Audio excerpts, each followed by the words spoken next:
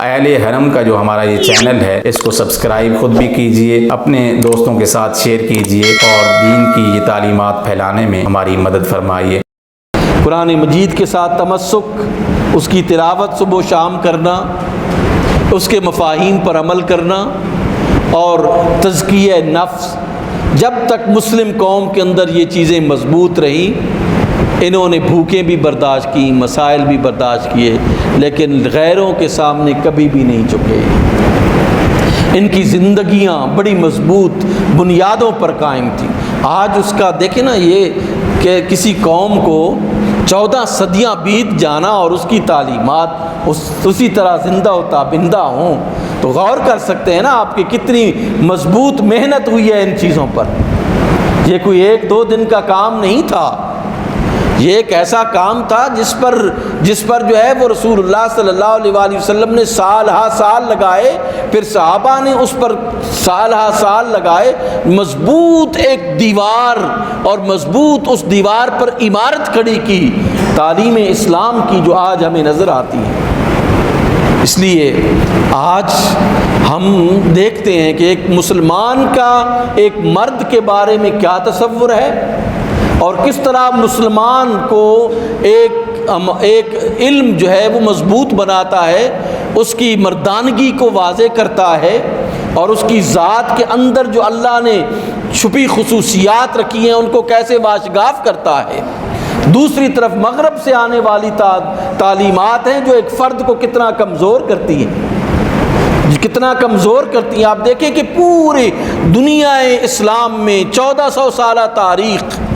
آپ کو نظر آئے گی کہ شرم و حیا کے جو اصول ہمیں قرآن و سنت نے عطا کیے، نبی نے عطا کیے، وہ آج بھی زندہ و تابندہ ہیں، اور مغرب کی طرف سے جب بھی آئی ہے تو اسی طرح کی کوئی بے حیائی آئی ہے۔ دنیا کو انہوں نے لیزبینز دیے ہیں، گائز دیے ہیں، اس طرح کی بے حیائی اور بے شرمی کو پروموٹ کیا ہے۔ لیکن یہ جو دین ہے، اللہ کا نظام ہے، اس نے انسان کو، مرد کو مضبوط کیا ہے، عورت کی عزت اور عصمت کی جو ہے وہ پاسداری کی ہے، اور ایک مرد پر فرض قرار دیا ہے کہ تم اپنے گھر کی ایک خاتون کا عزت و احترام نہ صرف کرو بلکہ ان کی عزت کے محافظ بھی ہو۔ تو یہاں پر آج کا نوجوان جو ہے وہ کیا کرے؟ اب ایک طرف اس کو اپنا یہ جو دین ہے وہ نظر آتا ہے، جو جس کی بنیادیں اتنی مضبوط ہیں، اور دوسری طرف جو ہے وہ مغرب سے آنے والی ایک نام نہاد قسم کی روشنی ہے، وہ کنفیوز ہے، وہ کیا کرے بیچارہ؟ ہم یہ چاہتے ہیں کہ اس کی روایات اپنی جگہ پر قائم و دائم رہیں، لیکن یہاں پر جو سسٹم ہے پوری امت مسلمہ میں جو اب رائج کیا جا رہا ہے، وہ اسلام کو چھوڑو، دین کو چھوڑو، یہ پرانی باتیں ہیں، اب نئی بات ہم ہر جو ہے وہ آنے والی چیز کو قبول کرتے چلے جا رہے، نہیں سوچ رہے کہ اس سے ہمارا نوجوان کتنا کمزور پڑ رہا ہے، کتنی پریشانیوں کا وہ شکار ہو رہا ہے، کتنے مسائل کا شکار ہو رہا ہے، اس کا اپنا جسم اور اس کی اپنی باڈی کتنی کمزور ہو رہی ہے، اور پھر اس کا ذہن کتنا کمزور ہو رہا ہے۔ اسلام نے انسان کے جسم کو مضبوط کیا ہے،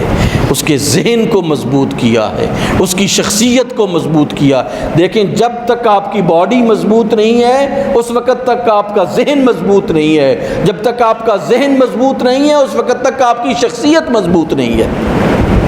اسلام نے پراپر طریقے سے اس کو جو ہے نا وہ دیکھا ہے اور اس پر کام کیا ہے، اصول اور ضابطے دیے ہیں۔ آج ہمارا بچہ 1 میل چلنے کے قابل نہیں ہے،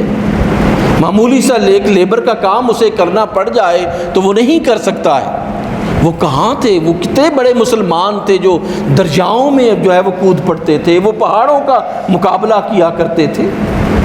ہم نے تو تعلیمات اسلام کو نظر انداز کر کے بس اب یہ سمجھا ہے یہ جسم کی آسائش ہی ساری زندگی ہے، اس نے ہمیں بزدل بنایا ہے، اس نے ہمیں ہماری زندگیوں سے دین کو خارج کیا ہے۔ ہمیں رسول اللہ صلی اللہ علیہ وآلہ وسلم کی بعثت کے جو مقاصد ہیں ان کو سمجھنا چاہیے۔ بحیثیت مسلمان کے رسول اللہ کیوں تشریف لائے، آپ کے آنے کا مقصد کیا تھا؟ کیا ایک بزدل انسان بنانا تھا یا ایک دلیر اور بہادر انسان بنانا کرنا تھا؟ کیا اپنی نوجوانوں کو بزدلی سکھانی تھی یا اپنی قوم کے بچوں کے اندر ایک بڑا مضبوط دھڑکتا ہوا دل قائم کرنا تھا جو ہر چیز سے ٹکرا جانے کا فن جو ہے وہ اسے سکھاتا؟